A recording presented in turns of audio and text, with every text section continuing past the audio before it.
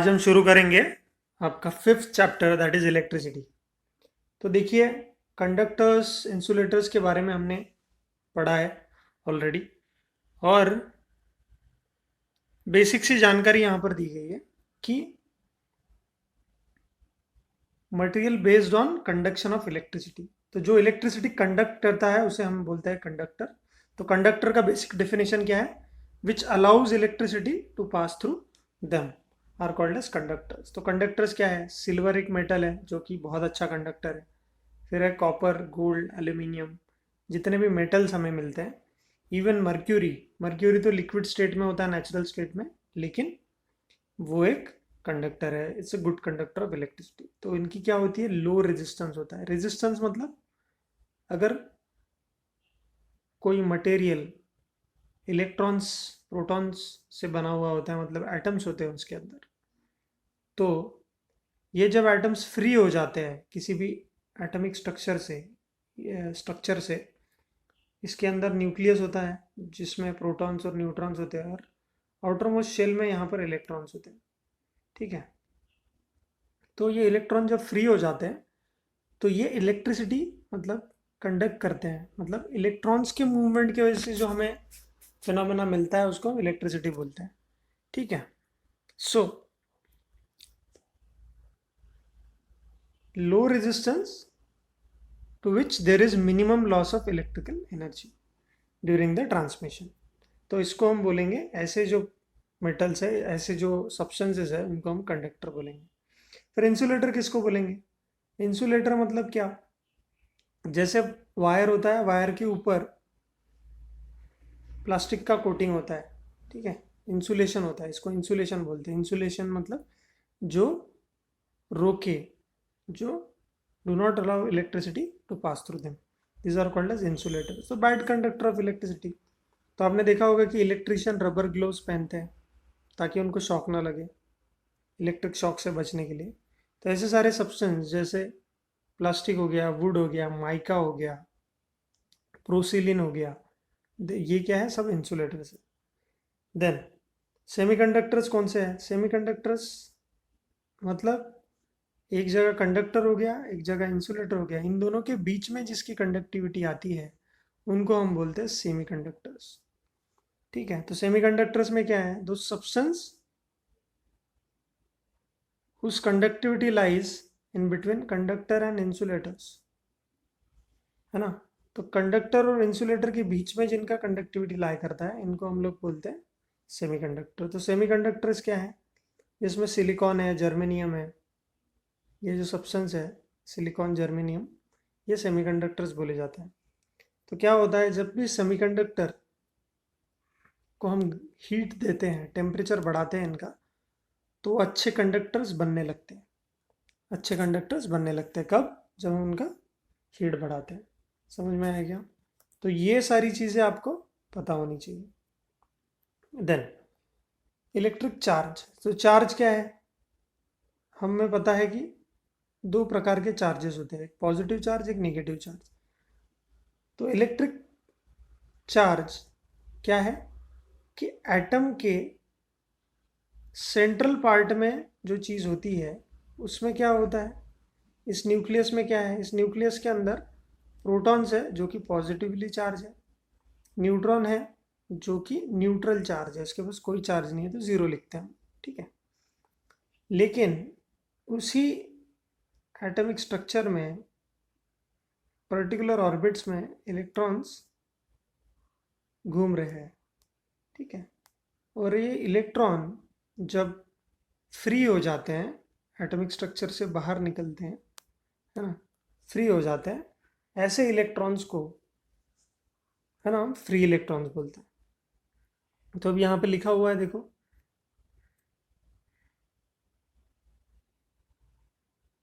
कि atomic structure में क्या बोला है कि atom consist of a central part called as nucleus, and around the nucleus extra nucleus part क्या है यहाँ पर?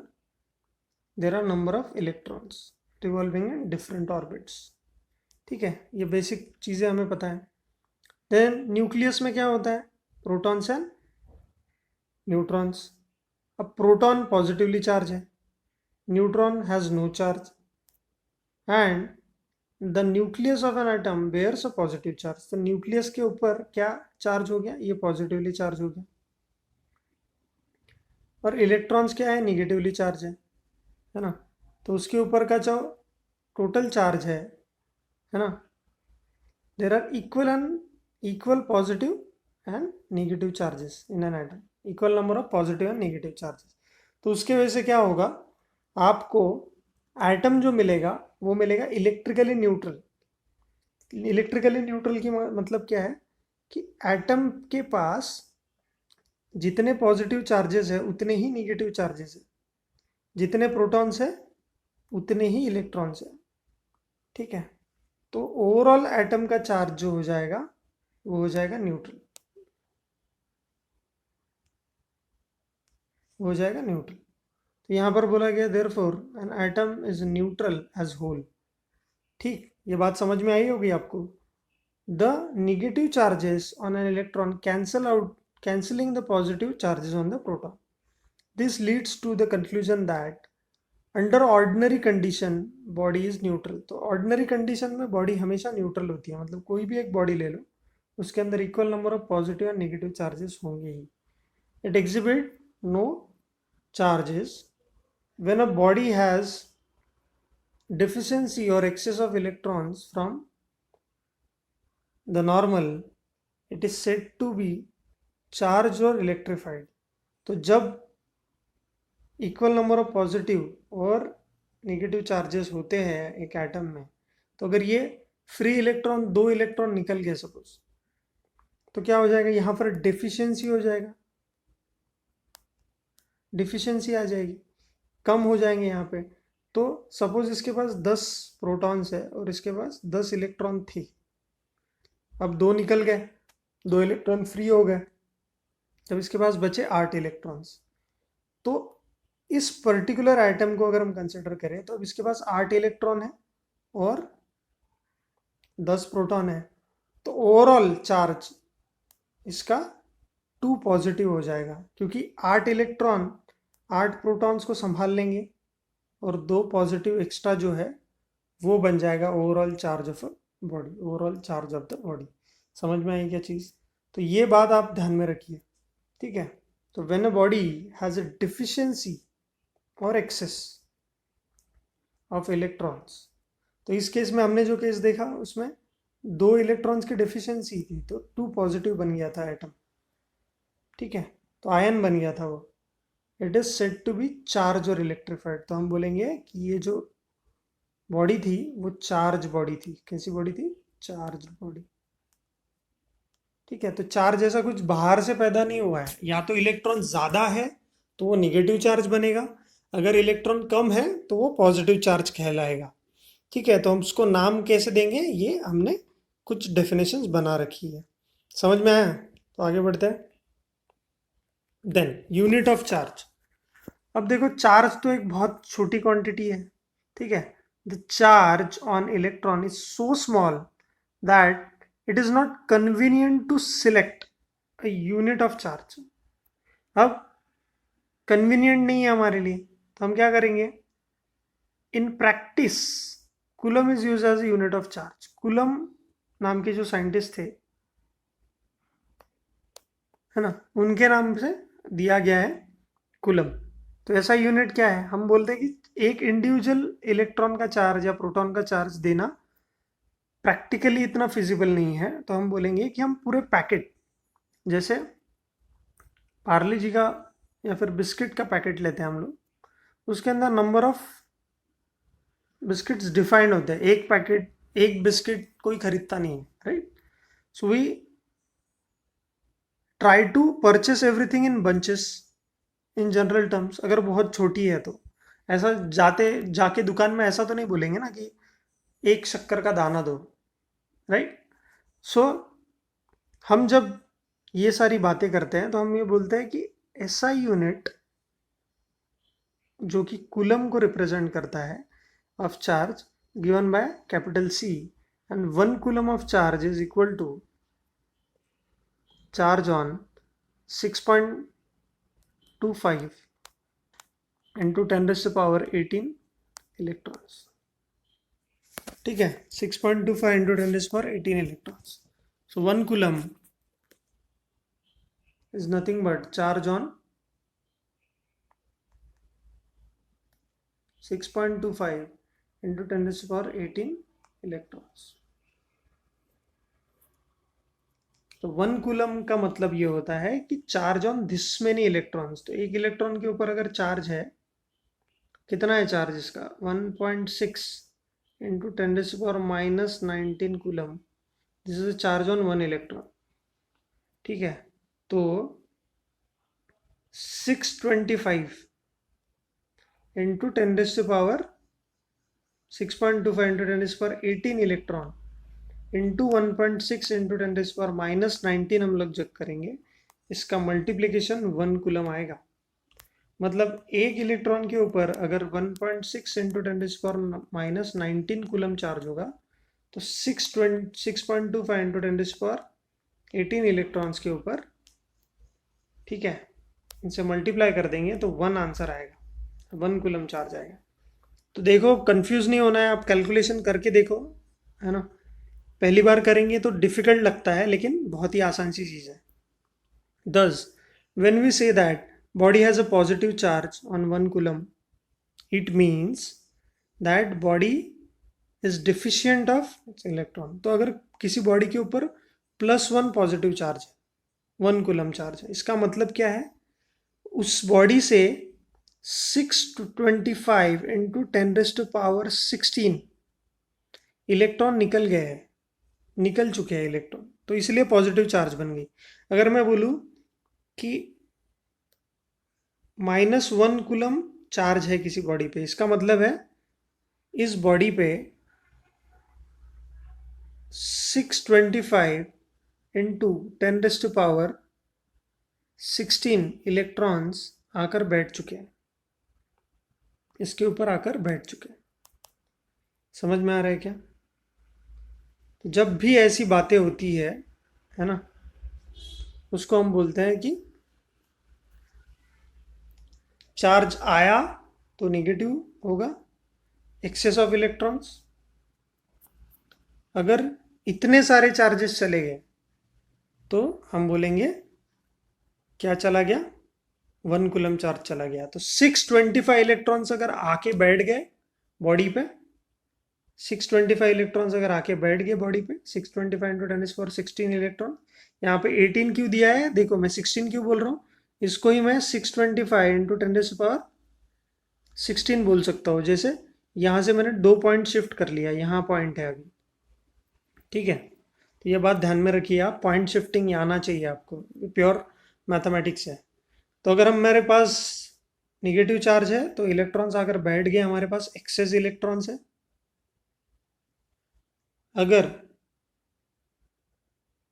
बॉडी पॉजिटिवली चार्ज है, ठीक है, इसका मतलब है कि इलेक्ट्रॉन्स डेफिशिएंसी है,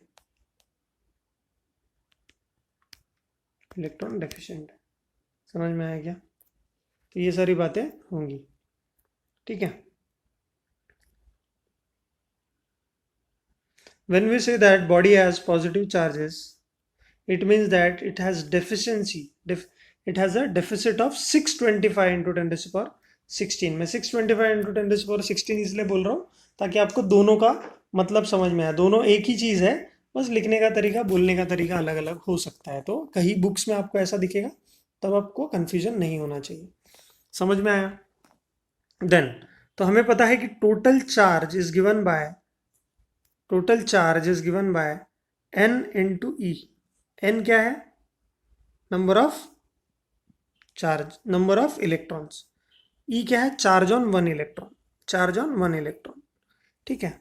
तो टोटल चार्ज आप निकाल सकते हैं। तो ई की वैल्यू क्या आएगी? E is equal to q divided by n. तो जो भी चार्ज है, अगर बोला है कि 1 कूलम चार्ज है, नंबर ऑफ इलेक्ट्रॉन्स अगर 6.25 इंटू 10⁻18 लिखो या 625 इंटू 10⁻16 लिखो, ऐसा करोगे तो ई के ऊपर का चार्ज आ जाएगा, जो कि होगा 1.6 इंटू 10⁻19। ये प्योर मैथमेटिक्स है। मतलब Q is equal to N into e कर रहे थे हम लोग, तो E की वैल्यू निकालना है तो क्या करेंगे, Q डिवाइडेड बाय N करेंगे।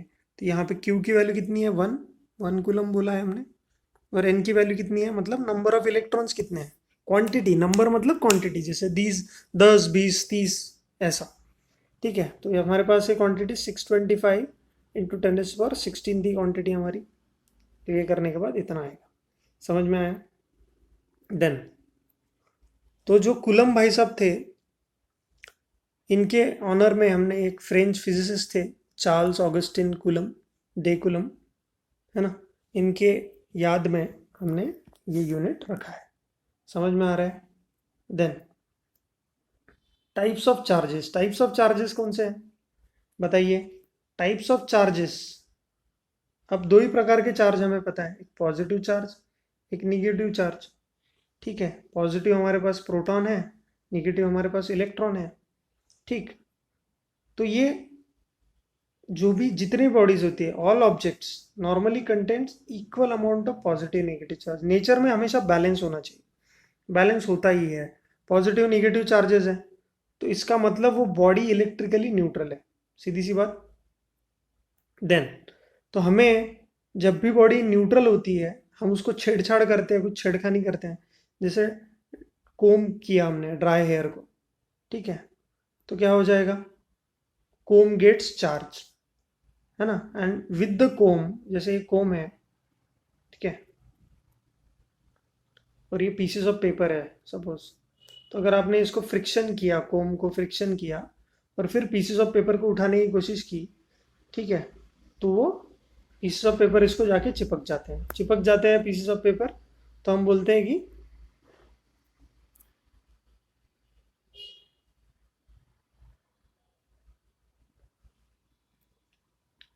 when we rub a glass rod with silk, a piece of ebonite rod and woolen material, ठीक है, तो अब जैसे हमने चार्ट देखा था, है ना, तो अगर कोम को रब करेंगे हेयर मतलब हेड पे, तो comb will attract piece of paper. फिर अगर ग्लास रॉड को हम सिल्क क्लोथ के साथ रब करेंगे, या एबोनाइट रॉड को वुल के साथ रब करेंगे, तो भी क्या हो जाएगा, है ना, और with charge acquired by the glass rod with silk cloth, तो क्या होता है, ग्लास रॉड पे आ जाएगा पॉजिटिव चार्ज और इबोनाइट रॉड पे आ जाएगा नेगेटिव चार्ज। तो जैसे सिल्क देख लो यहाँ पे, और ग्लास अगर हम रब करते हैं, तो आफ्टर रबिंग इस पे पॉजिटिव चार्ज आ जाएगा, इस पे नेगेटिव चार्ज आएगा। इसका मतलब क्या है, देखो, इसका मतलब ये है, ग्लास रॉड पे अगर पॉजिटिव चार्ज आता है, यहाँ से इलेक्ट्रॉन्स सिल्क पे जाके बैठ गए, क्लोथ पे जाके बैठ गए, है ना, तो यहाँ के इसके पास बहुत एक्सेसिव इलेक्ट्रॉन्स है, और ये बन जाएगा पॉजिटिवली चार्ज। ये क्यों पॉजिटिवली चार्ज बन गया, क्योंकि यहाँ से इलेक्ट्रॉन डोनेट कर दिए और इसने इलेक्ट्रॉन गेन कर लिए। ठीक है, समझ में आ रहा है। तो ऐसे सारी बातें हमको पता होनी चाहिए। ठीक, देन नेक्स्ट टॉपिक इज कि अब पॉजिटिव पॉजिटिव चार्जेस अगर हम पास में लेके आते हैं, जैसे दो ग्लास रॉड हम पास में लेके आते हैं, दोनों पे पॉजिटिव चार्ज है, ये भी पॉजिटिव है, ये भी पॉजिटिव, तो इट विल रिपेल। ठीक है, समझ में आया। अगर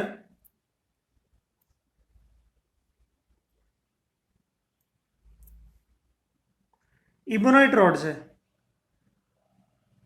इबोनाइट रॉड पे इबोनी ट्री के नाम पे दिया गया है इबोनाइट। इबोनी ट्री क्या होता है ना, एकदम हार्ड टफ ट्री होता है, ठीक है, जो मंडप बनाने में या फिर गाय बैलों को बांधने में पुराने जमाने में यूरोप में यूज होता था।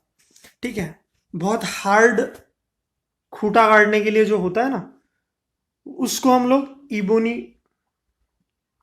ट्री बोलते हैं। अब इबोनी ट्री जैसा कड़क एक रबर बनता है, उसको हम लोग इबोनाइट रॉड बना, उसका जो रॉड बनाते हैं हम लोग इबोनाइट रॉड बोलते हैं उसको। क्यों इबोनाइट रॉड बोलते हैं उसको, क्योंकि ये इबोनी ट्री जैसा कड़क बनता है। ये इसके पीछे का हिस्ट्री है। ठीक है, तो कभी विस्तार में आपको समझने का मौका मिलेगा तो आप कर सकते हैं।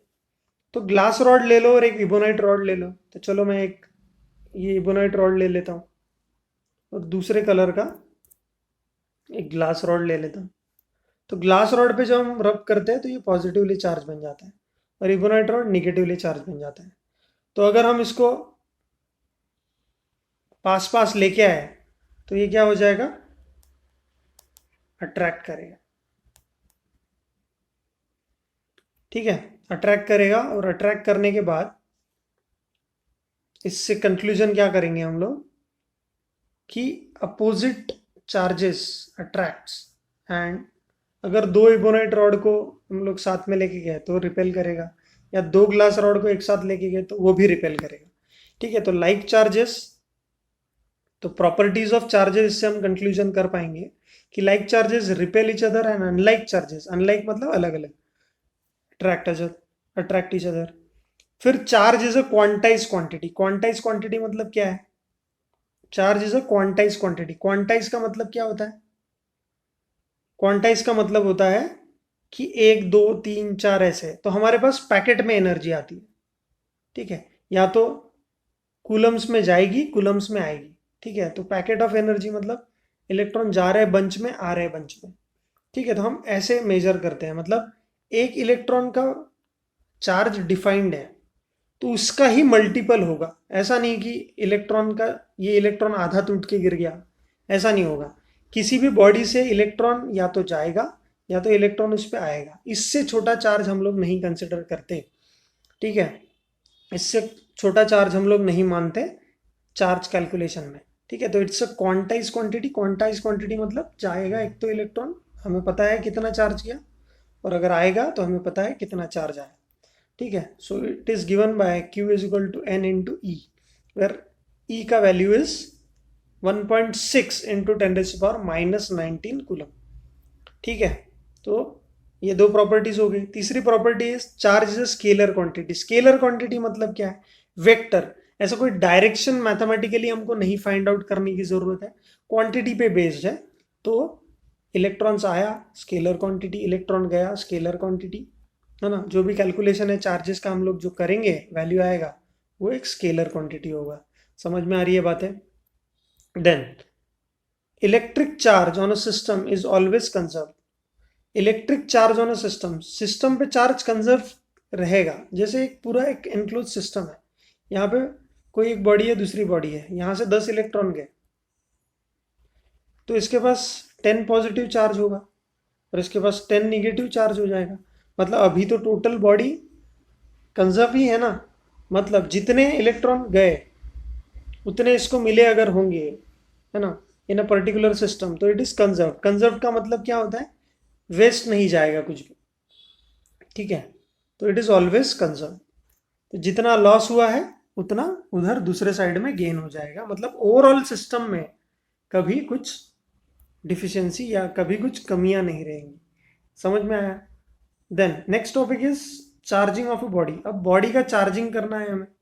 बॉडी का चार्जिंग कैसे करेंगे? तो बॉडी का चार्जिंग करेंगे हम लोग फ्रिक्शन से। पुराने ज़माने में फ्रिक्शन कर, जैसे ग्लास रॉड को सिल्क क्लॉथ पे रब कर दिया, इबोनाइट रॉड को वुल पे रब कर दिया, तो हमें चार्ज मिल गया। नॉर्मल कंडीशन में सब कुछ न्यूट्रल रहता है, लेकिन फ्रिक्शन करेंगे तो चार्ज मिलेगा। बाय कंडक्शन, चार्जिंग कंडक्शन, एक जगह से दूसरे जगह इलेक्ट्रॉन कंडक्ट हो गए with the help of wire या दूसरा कोई कंडक्टर, तो उसमें कंडक्शन आएगा। चार्जिंग बाय इंडक्शन, इंडक्शन से कैसे? तो इंडक्शन मतलब क्या होता है कि बिना टच किए, यहाँ पर कंडक्शन टच के साथ होगा, मतलब एक बॉडी दूसरे बॉडी से कनेक्टेड रहेगी।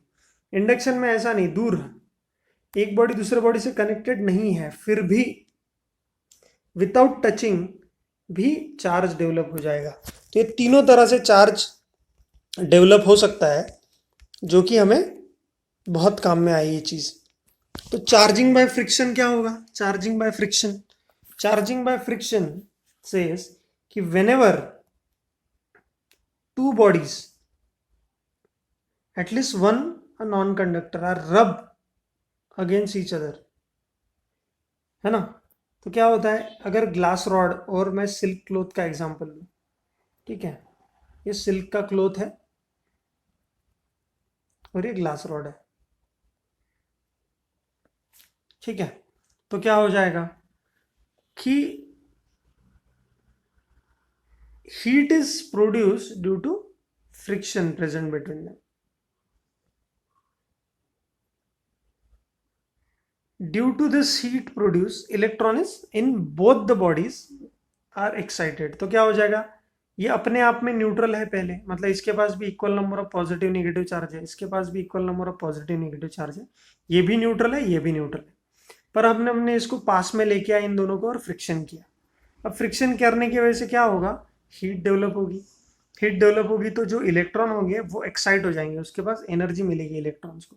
अब इलेक्ट्रॉन को जब एक बार एनर्जी मिल गई तो इलेक्ट्रॉन फ्री हो जाएंगे और दूसरे के ऊपर जाके बैठ जाएंगे। तो affinity, electron affinity attract some of the electrons from our other body.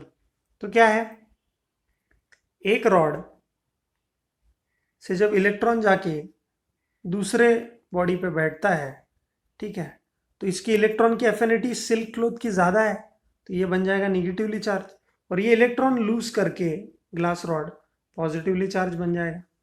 तो क्या होगा, both the bodies develop equal and opposite charges by this method, है ना। तो सेम एग्जांपल है कि हेयर को हम यूज़ करते हैं ड्राई हेयर पे, तो वो स्मॉल पीस ऑफ पेपर जाता है। तो चार्जिंग बाय फ्रिक्शन तो हमने देखा ही है, ठीक है। तो उसका एग्जांपल देखो यहाँ पे कि पहले ग्लास रॉड और सिल्क का क्लॉथ पीसेस ऑफ पेपर को अट्रैक्ट नहीं कर रहे। फिर जब हमने ग्लास और सिल्क को रब किया तो दोनों के ऊपर चार्जिंग डेवलप हो गई, क्योंकि पीस ऑफ पेपर भी न्यूट्रल है, क्योंकि अभी उसको कुछ मिला ही नहीं है चार्जेस।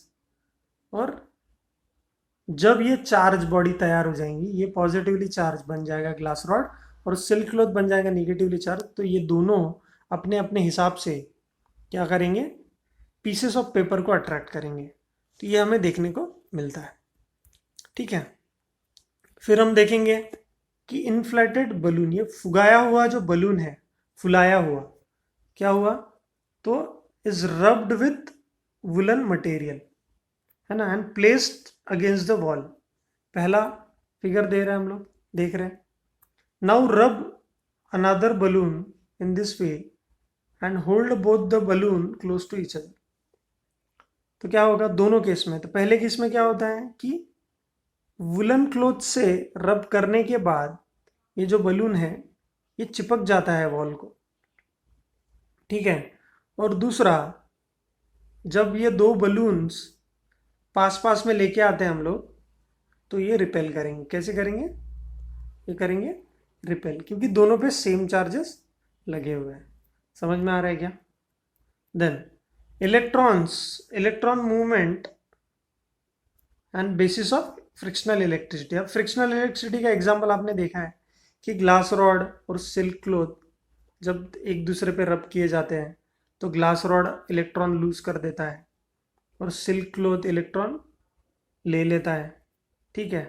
तो क्या हुआ, ग्लास रॉड में अब इलेक्ट्रॉन्स की डिफिशियंसी है तो वो पॉजिटिवली चार्ज बन जाएगा। सिल्क क्लॉथ ने ज़्यादा एक्सेस इलेक्ट्रॉन ले लिए है तो वो खुद निगेटिवली चार्ज बन जाएगा। और यही हमारा एक्सप्लेनेशन है इसका। अब इबोनाइट रॉड जो है, इबोनी जैसा ट्री से बना हुआ, मतलब इबोनी ट्री जैसा रबर से बना हुआ, इसको अगर फर के साथ रब करते हैं तो फर से, जैसे इबोनाइट रॉड जो है, ये इबोनाइट रॉड है, ये निगेटिवली चार्ज क्यों बन जाता है, क्योंकि फर से इसको अगर रब करेंगे तो फर इलेक्ट्रॉन लूज कर देता है और फर खुद पॉजिटिव बन जाता है और ये खुद निगेटिव बन जाता है। ये भी हमने एक्सपीरियंस किया है, ठीक है। तो ये प्रैक्टिकल एविडेंसेस है सारे। तो अगर हम लोग चार्ट देखें कि कौन सा पॉजिटिव बनता है आफ्टर रबिंग, आफ्टर फ्रिक्शन, और कौन सा निगेटिव बनता है आफ्टर फ्रिक्शन, तो हमको समझ में आएगा। तो कौन सा पॉजिटिव बनता है, कौन सा निगेटिव बनता है, इसको अगर हमें देखना है तो हम बोलेंगे कि ग्लास रॉड और सिल्क क्लॉथ रब करते हैं तो हमें पता है कि ग्लास रॉड लूज कर देगा इलेक्ट्रॉन तो पॉजिटिव बन जाएगा, सिल्क क्लॉथ निगेटिव बन जाएगा, ठीक है। फिर वुल पॉजिटिव बन जाता है, फर पॉजिटिव बन जाता है, किसके साथ रब करने के पर, इबोनाइट रॉड के साथ रब करने पर। एम्बर क्या होता है? एम्बर आप सर्च करेंगे अगर गूगल पे तो कलरफुल स्टोन्स होते हैं एम्बर, कलरफुल स्टोन्स होते हैं। कलरफुल स्टोन जमीन के अंदर मिलते हैं, उसकी वजह से हमें ये मिलता है। ठीक है। Then woollen coat, woollen coat क्या है? वुलन कोट और प्लास्टिक सीट को हम रब करेंगे तो वुल पॉजिटिव चार्ज बन जाएगा और प्लास्टिक की सीट निगेटिव चार्ज बन जाएगा। आपने किया होगा ये एक्सपेरिमेंट, आप खेलते होंगे अपने बचपन में कि अगर ये सीट है चार्ज, अगर ये चेयर है तो चेयर पे अगर किसी इंसान को बिठा दो और उसको वुलन क्लॉथ से या टॉवेल से हिट करो पीछे, तो क्या हो जाता है? इसकी बॉडी, ये बॉडी चेयर के साथ चिपकी हुई होनी चाहिए। तो क्या होगा? यहाँ पर आप ये बॉडी इलेक्ट्रीफाइड हो जाती है, चार्ज हो जाती है। अगर इस पर्सन को आप टच करने की कोशिश करो तो क्या हो जाएगा? आपको शॉक लगेगा, आपको लगेगा शॉक। तो ये आप एक्सपेरिमेंट घर में कर सकते हो। ठीक है, छोटे बच्चों पे मस्ती करने के लिए आप इसका इस्तेमाल कर सकते हो। ठीक है, फिर यहाँ पर एग्जांपल दिया गया ड्राई हेयर, कोम, नायलॉन या एसीटेट या फिर क्लोथ। तो ये सारी की सारी जो चीज़ें हैं, या वुलन कारपेट पे अगर रबर शूज़ के साथ आप चलोगे तो रबर शूज़ पे आ जाएगा निगेटिव चार्ज और इस पे आ जाएगा पॉजिटिव चार्ज।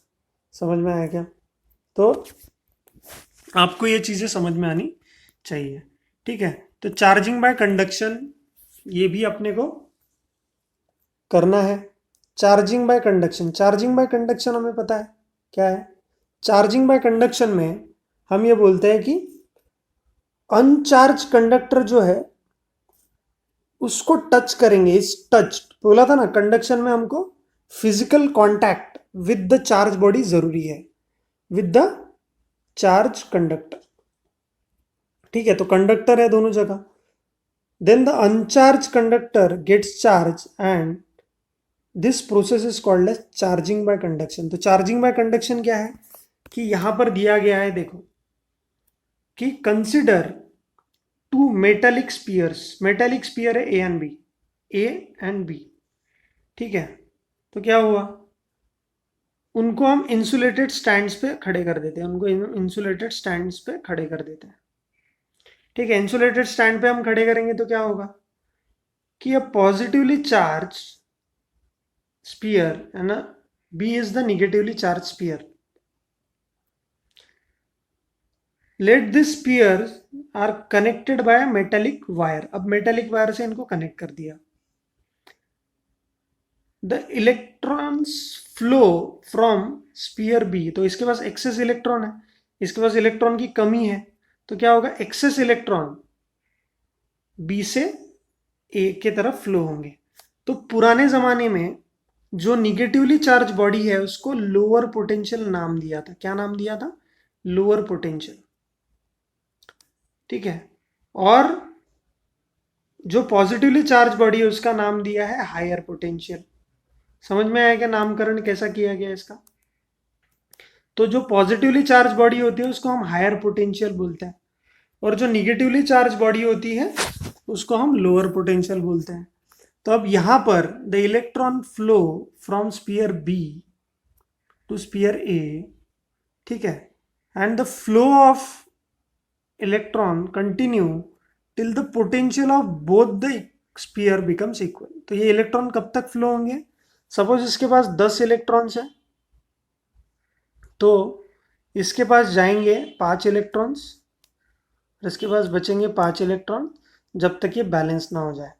ठीक है, तो equal number of positive and negative charges balance करने की कोशिश करता है। नेचर में हमेशा आप ध्यान रखिए कि अगर सपोज ये कंटेनर में पानी है और दूसरे कंटेनर में पानी है, तो ये कंटेनर में पानी भरा हुआ है ऊपर तक, this is container A, this is container B. So now this containers are connected at the bottom, एक पाइप से कनेक्ट कर दिया है। ये कंटेनर यहाँ तक भरा हुआ है, लोअर पोटेंशियल। तो जिसमें ज़्यादा भरा हुआ है पानी वो हायर पोटेंशियल हो गया, और जो जिसमें कम पानी भरा हुआ है लोअर पोटेंशियल हो गया। तो पानी फ्लो करेगा, और कब तक फ्लो करेगा? जब तक ये दोनों इक्वल ना हो जाए। तो नेचर में हमेशा सिमेट्री बनती है, ये बात आप ध्यान में रखिए। तो कोई भी चीज़ फ्लो कब तक करता है? जब तक अनइक्वलिटी है। जब भी इक्वल हो जाएगा फ्लो करना बंद कर देगा। समझ में आ रहा है? तो this shows that flow of charges electron between the two spheres continue as long as there there they are at different potentials. ठीक है, as long as there is potential difference between these spheres.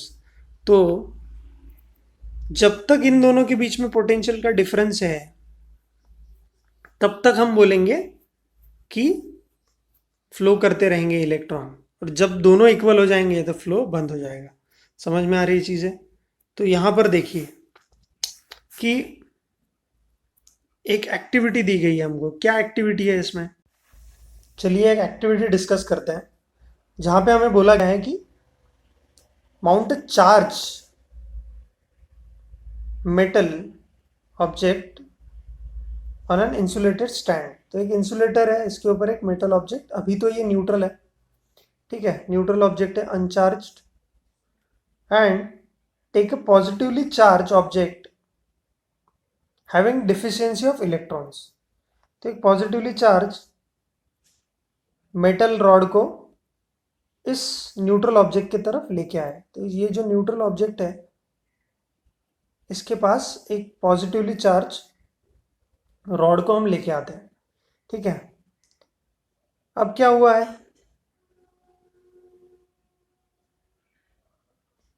उसको touch करना है अनचार्ज metal को। तो uncharge metal को जब touch करेंगे तो अनचार्ज मेटल के पास equal number of positive and negative charges होंगे, ठीक है।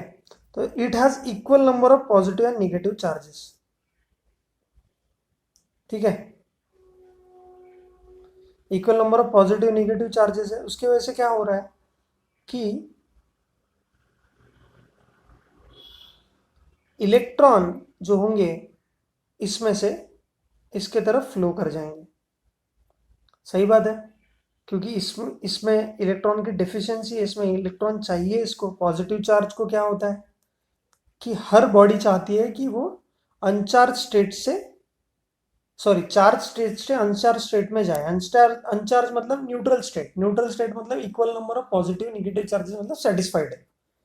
अब जब ये पॉजिटिवली चार्ज बॉडी इसको टच करेगी तब क्या होंगे, यहां से इलेक्ट्रॉन इस बॉडी में फ्लो हो जाएंगे, ठीक है। तो क्या हो जाएगा, if the negatively charge body is touch, sorry ये तो ऊपर वाला है, the electrons will flow from uncharge metal to positively charge body, ठीक है। उसी तरह अगर ये न्यूट्रल बॉडी होती और इसके ऊपर एक कोई निगेटिवली चार्ज बॉडी है ना पास आने की कोशिश करती, ठीक है, यहाँ पे लिखा गया, then the excess electron from the negatively charge body कहाँ आ जाते, इस बॉडी पे आ जाते, अनचार्ज बॉडी पे आ जाते। तो ऐसा ही होता है नेचर में, जिसके पास ज़्यादा है वहाँ से जिसके पास नहीं है उसके तरफ चला जाता है, which will become negatively charge. तो ये बॉडी निगेटिवली चार्ज बन जाती है अगर ऐसा होता तो। दूसरे सिनेरियो में कंफ्यूज नहीं होना है। हेंस ड्यूरिंग कंडक्शन, तो ये जो जब कंडक्शन हो रहा है, हम चार्जिंग बाय कंडक्शन की बात कर रहे हैं, the uncharged body acquires some kind of charge as the charged body which touches it. तो हम क्या बोल रहे हैं कि the uncharged body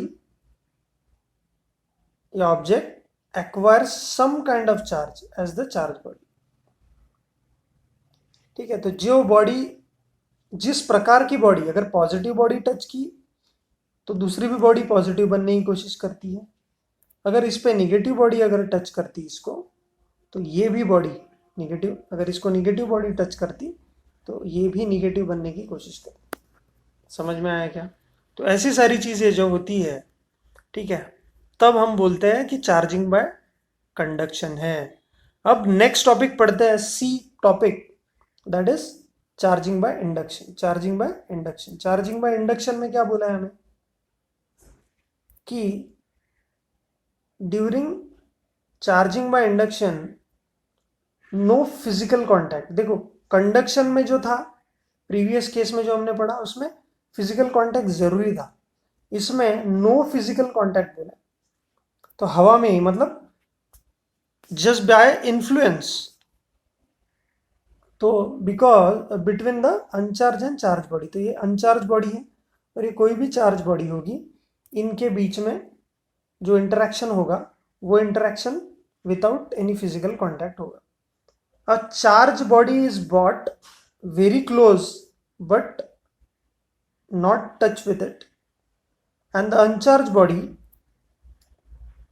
then nearer end of the charge uncharged body acquires, क्या बोलेंगे हम लोग, a charge which is of positive nature to that of charge body, which is of positive nature to that of charge body.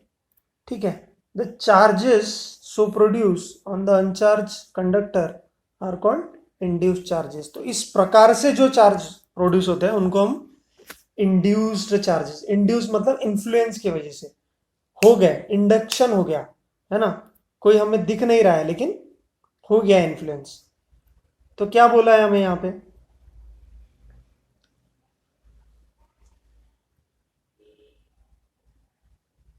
थोड़ा different colour लेता हूं. क्या बोला है, एन अनचार्ज स्फीयर को इंसुलेटेड स्टैंड पे रख दो. ठीक है. अनचार्ज स्फीयर कौन सा है यहाँ पे, ये वाला. देखो it has equal number of positive and negative charges. ठीक. तो अनचार्ज है, अभी न्यूट्रल है ना, 3 पॉजिटिव 3 नेगेटिव दिखा रहा है यहाँ पे. ठीक है. तो ये अनचार्ज है. अब बोला है कि bring a negatively charge rod close to the metal sphere. तो इस मेटल स्फीयर के पास हमने एक नेगेटिव चार्ज बॉडी लेके आए. Since the like charges repel, तो लाइक चार्जेस, ये नेगेटिव चार्ज है ज़्यादा इसके पास, तो ये नेगेटिव चार्जेस एक कॉर्नर में चले जाएंगे, क्योंकि न्यूट्रल बॉडी जब होती है तो पॉजिटिव नेगेटिव कहीं पे भी हो सकता है. ठीक है. तो अब क्या होगा, ये जो नेगेटिव चार्जेस है ये रिपेल कर जाएंगे, दूर चले जाएंगे. अब ये दूर जैसे ही चले गए negative charges, since like charges repel the negative charges, the rod will repel the electron at the nearer side of A. क्या बोला है, स्टेटमेंट बराबर पढ़ा नहीं. बोला है कि since like charges repel the negatively charged rod will repel the electron at the near side of A. तो ये जो इस बॉडी में इस स्फीयर के पास जो भी निगेटिव चार्ज होगा उसको वो रिपेल कर देगा. सही बात बोल रहे. ठीक है. So the electron in the sphere move to the other side and this creates a deficiency of electron in A. तो क्या हो जाएगा, एक दूसरे साइड में चला जाएगा. अब यहाँ पर क्या हुआ कि side A of the metal sphere closer to negative charge gets positively charge, whereas the opposite side, that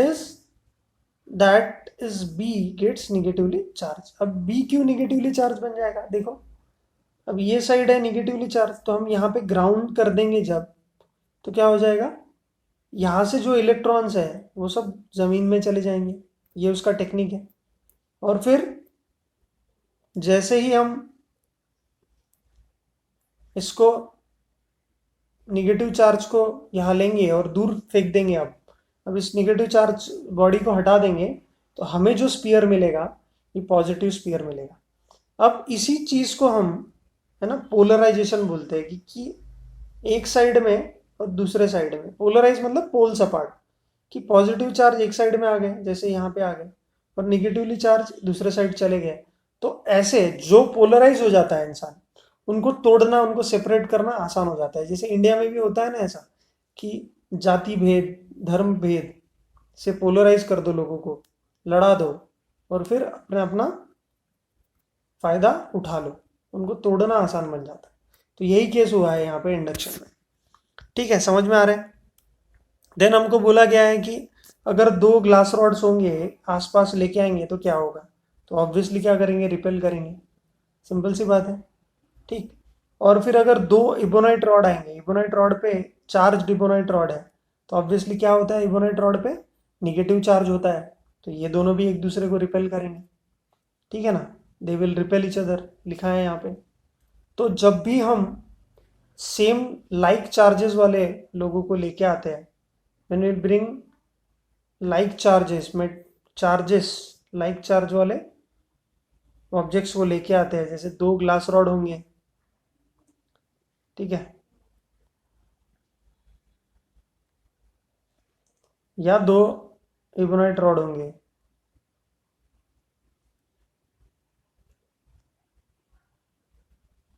दोनों भी क्या करेंगे, रिपेल करेंगे, दोनों भी क्या करेंगे, रिपेल करेंगे, एक दूसरे के पास नहीं जाएंगे। समझ में आ रहा है क्या? तो ये सारी चीज़ें आपको बहुत ही बेसिक सी चीज़ है। अगर हम लोग दो अपोजिट बॉडीज़ को, अपोजिट चार्जेस को एक साथ लेके आते हैं, ठीक है, तो क्या होगा, यहाँ पे जैसे इबोनाइट रॉड को एक थ्रेड से सस्पेंड कर दिया, लटका दिया, ग्लास रॉड को लटका दिया, तो क्या हो जाएगा, they will attract each other, they will attract each other, ठीक। तो ये सारी चीज़ें आपको पता होनी चाहिए। अब यहाँ पे आस्क योर सेल्फ में मैंने ये होमवर्क भी दिया था बच्चों को। यहाँ पे मैंने बोला है कि body has 20 protons and 15 electrons. तो क्या हो जाएगा, एक बॉडी है जिसके पास 20 प्रोटॉन्स है और 15 इलेक्ट्रॉन्स है, तो इसके ऊपर चार्ज क्या होगा, बॉडी के ऊपर 15 इलेक्ट्रॉन्स ने 15 प्रोटॉन को संभाल लिया, बैलेंस कर लिया, लेकिन 5 प्रोटॉन एक्स्ट्रा बचे ना, तो 5 पॉजिटिव हो जाएगा बॉडी के ऊपर का चार्ज। क्या हो जाएगा बॉडी का चार्ज, 5 पॉजिटिव। समझ में आ रहा है? तो ये सारी चीज़ें आपको पता होनी चाहिए। What is the net charge on an atom? Net charge on an atom क्या होता है? नेट चार्ज मतलब total charge. Total charge equal number of positive and negative charges होते हैं इसके ऊपर।